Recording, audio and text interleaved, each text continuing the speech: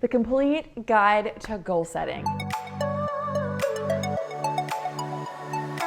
you have a vision for your life?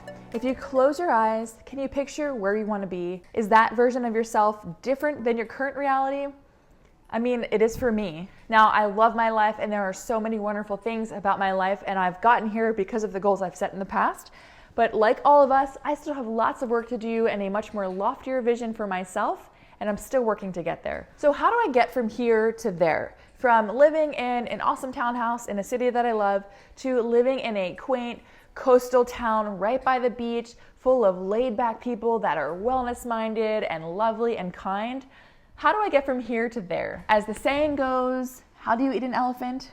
One bite at a time. I need a map, a plan, a system to get me from here to there. Enter goals.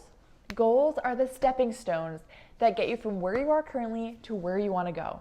So if you've never set goals before, or you've kind of been wishy-washy about them, it's time to get started. So this is a complete guide to goal setting. If you are new to my channel, I invite you to subscribe. My name is Melissa. I love to make content around goal setting and building your Plan A life and all of the things that go with that. So if you are into that, you're in the right place. So the first step is all about setting your goals. The first thing you need to do is brainstorm your goals. Get out a blank piece of paper or download the free PDF that I have in the description box below and brain dump your goal ideas. I mean, nothing's off the table here. Write down anything you want to accomplish in the next 3 years. Whether it's something huge like write a book, or something general like get in shape or earn more money, or anything, whatever you want to do, make it big, make it small, specific, whatever. Nothing is off limits, but do try to keep it realistic, because we're looking for goals that we can actually take action on and activate in this current season of your life. As you're brainstorming your goals, think about all of the different aspects of your life. So wellness, so physical, mental, emotional. Financial goals like saving or investing or giving. Intellectual goals like learning, reading, writing. Relational goals around relationships with your partner, your family, your friends, yourself. Maybe there's spiritual goals like practices or habits you want to develop, or travel experiences you want to have, things you want to do, pilgrimages you want to explore. Or recreational goals, travel or bucket list experiences like skydiving or bungee jumping off of a building, or whatever it is you want to do. So now that you've brainstormed your goals, the next important step is to set the right goals. Now, we're not just setting any goals, we're setting the right goals for you. Here's the thing. So many goals look sexy on paper. And I bet you have friends who have done really cool things in their life. Like I have a friend who paid off her house already.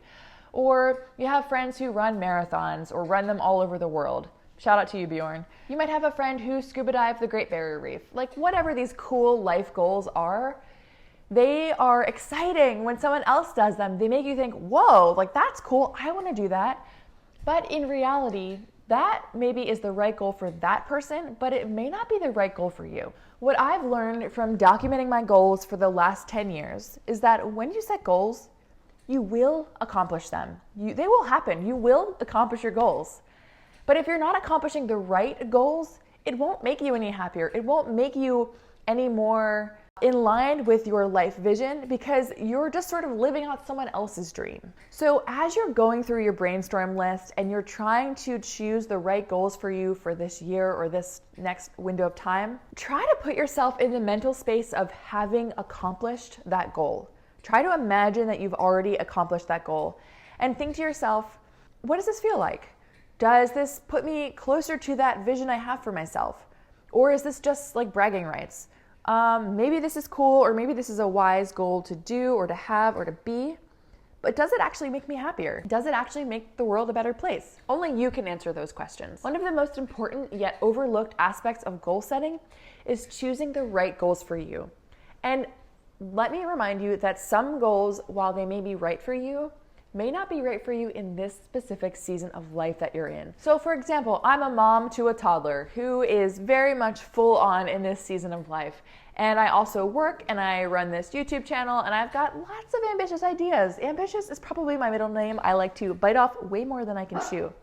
And in this season of life, I have had to learn to pare it down. I've had to learn what my capacity actually looks like to achieve goals. So while I want to write a book, this maybe isn't the season of life that that's going to happen. So instead of making writing a book a goal and then failing at that goal because I don't have time to make progress on it, I'll just shelf that for a season of life when it's more appropriate. And on that same note, in this season of life, maybe you can accomplish 10 goals, or maybe setting one goal is the right pace for you. Keep that in mind as well. So you've brainstormed your goals and you've culled that list of goals down into a handful or maybe one goal that is the right goal for you, that gets you closer to your vision, and that is appropriate for the season of life, the capacity, the energy that you have in order to accomplish it. Now you're gonna make them SMART. Goals that are specific, measurable, attainable or actionable, realistic, and on a timeline. This is vital to determining what your final goals should actually be. So you have your brainstorm list of goals, and as you decide that these are the right goals for you, you have to transform them into SMART goals. So instead of get in shape, if get in shape is aligned with that long-term, healthy, strong, vital version of yourself, and that's the right goal for you, then instead of saying get in shape, your goal could be attend a CrossFit class 3 days a week for the next 6 months, or insert your chosen method of working out here. Instead of get a promotion, your goal could be complete a certification program by March 1st so that you qualify for a leadership position by the time your annual review comes around. You see what I'm saying? You take it from an untethered goal and you create specific context for it. You give it a deadline and you put action items around it that if you complete those action items, you will most likely actually achieve that goal. So once you've chosen your goals, and remember, don't choose too many. I'm guilty of being overly ambitious. Choose the right number of goals for your season of life. Once you choose your goals, make sure you write them each as SMART goals. Now, the next step in this complete goal setting method is to keep your goals top of mind. What gets measured gets managed. There was research done that shows that if you set goals and you write them down, you're 42% more likely to achieve your goals, because writing your goals down makes them tangible. They become clear, specific, and memorable. It's a huge mindset shift to go from I'd like to save money to I am becoming wealthier every day by executing my financial plan. It's those mindset shifts that when you create your goals, you write them down and you start to live them out, you shift your mindset. But beyond writing them down, you need to keep them in a place you're gonna see them every single day. And I think this is the most underrated, yet the most significant and important part of goal setting. You need to put your goals somewhere you see them daily. Maybe you tape them to your bedroom mirror, or you put them in the dashboard of your car, or you hang them next to your monitor at the office. But you need to see your goals every day.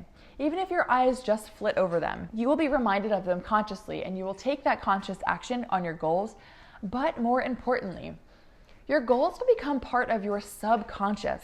They will be wired into your brain. And all of those thousands of micro decisions you make throughout the week.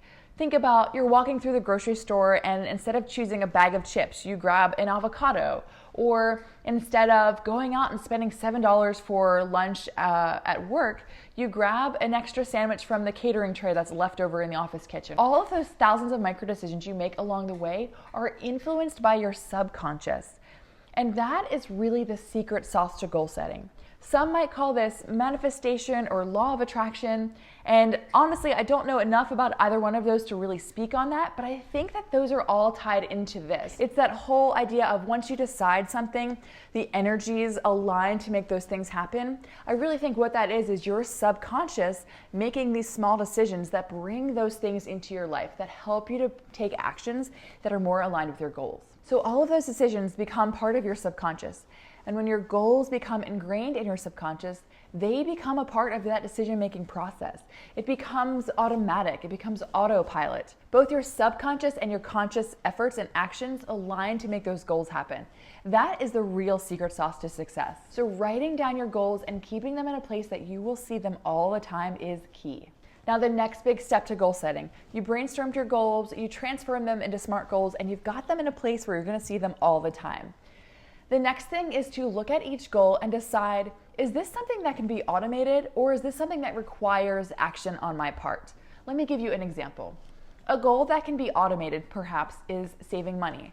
Say maybe you want to max out your IRA for the year, which if you live in the US and you're a working adult, depending on your situation, most of us qualify for funding an IRA of $6,000 every year.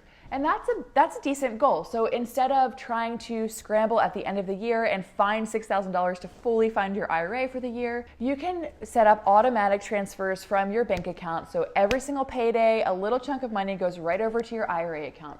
You don't have to think about it. You made the decision once in January, you set up that automatic transfer once, and then throughout the year, it just gets taken care of. So by the end of December, you've hit that goal. That's a goal that can be automated. It takes the human error, the human element out of it, so you don't have to bear the mental burden of, oh, should I save this money, or I really want to spend it on XYZ? It's already done for you. Now, certain goals will require specific concerted action. So any goals that you can automate, that you can sort of almost remove yourself from the process of, go ahead and take care of that. Go ahead and automate those goals. Put those systems in place. Another example, if you want to take vitamins every day or you can't remember to take your supplements, a good way to do that is to just keep the vitamin jar right where you keep your coffee mugs. And every morning when you reach for your coffee mug, you go ahead and take your vitamin. It's that idea of habit stacking. If you have goals that require specific concerted action, and most of us will, for example, I'm trying to grow my YouTube channel, and so it takes filming enough videos and putting in the work and editing, etc. That's stuff that I can't automate. That's stuff that actually requires me having action. For each of those goals, you're going to need specific tactics that you can outline to make those happen. That means you're going to have a little map or a little to-do list for each of those goals that if you execute that, the goal will most likely happen. So for goals that require action, I love to use the method referred to in the 12-week year. And so I just did a whole video about this. I'll link it here if you haven't watched it yet.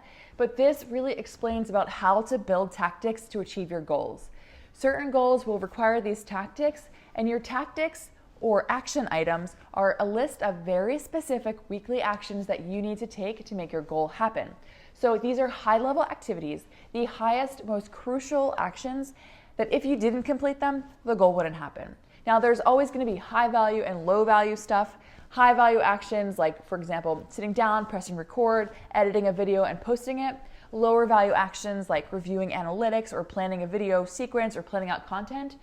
You have to decide there, but you have to make sure that you're identifying the high value tactics for each of your goals, because that's when you know what to act on and what becomes motion or wheel spinning. The final important aspect of goal setting is to celebrate the small wins. Now, your goals will have milestones along the way. You need to celebrate those. The bigger the goal, the more milestones you'll have. For example, my husband and I, about 7 years ago, decided we wanted to pay off all of our student loans. For us, that was about $50,000 worth of student loans, and we weren't making very much money at the time, so this was a very big multi-year goal for us. And in order to do that, we had to set up these milestones. We paid off the smallest loan first, and then the next, and then the next. But every time we paid off a loan, we made sure to do something small to celebrate. Maybe we went out for a little sushi lunch, or we popped a bottle of champagne, or something small, something to mark the occasion.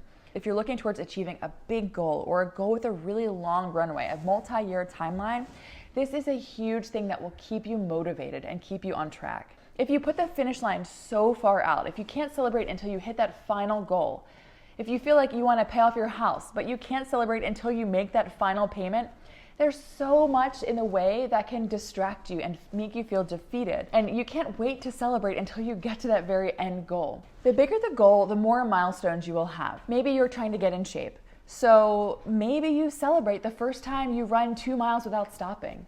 Or maybe you're trying to pay off your student loans. So you decide you're going to celebrate after you pay off that first $1,000.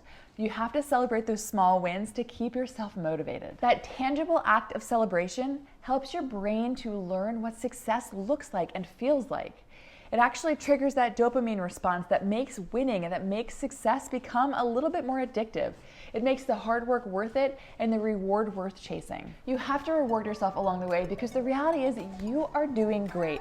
You're putting in the hard work that it takes to achieve your goals and to change your life. Because ultimately, that's how it will become sustainable for you.